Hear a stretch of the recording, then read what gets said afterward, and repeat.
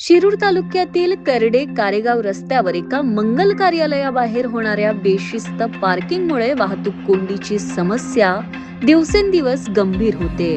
लग्न समारंभ आणि इतर कार्यक्रमांच्या वेळी रस्त्याच्या दोन्ही बाजूंना चारचाकी वाहने उभी केली जात असल्याने हा महत्वाचा मार्ग अक्षरशः ठप्प होतो. याचा सर्वाधिक फटका रांजणगाव MIDC मध्ये काम करणाऱ्या हजारो कामगारांना बसतोय.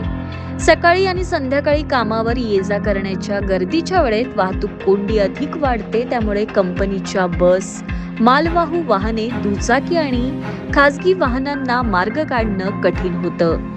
अनेक कामगार वेळेत कंपनीत पोहोचू शकत नसल्याने त्यांना आर्थिक फटकाही बसत असल्याची तक्रार आहे.